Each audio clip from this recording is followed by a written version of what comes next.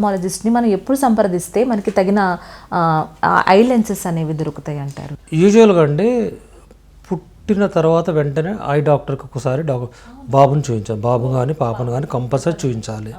And pre school age అంటాం మనము, pre primary school అంటాం కదా, ప్లే స్కూల్కి వెళ్తాం కదా, అప్పుడు eye checkup, complete eye checkup చేయించాలి. Complete eye checkup and retina checkup చేయించాలి.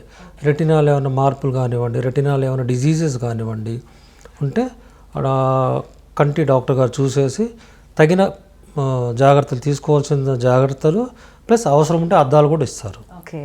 సో ఈ అద్దాలు కూడా టైం ఉంటుందా డాక్టర్ గారు? పలానా పీరియడ్ ఈ టైం వరకే ఇవి పనిచేస్తాయి, తర్వాత పని చేయవు అని అలా ఏం లేదండి. యూజువల్గా మన కంటి పవర్ని పెట్టుకోవాల్సి వస్తుంది.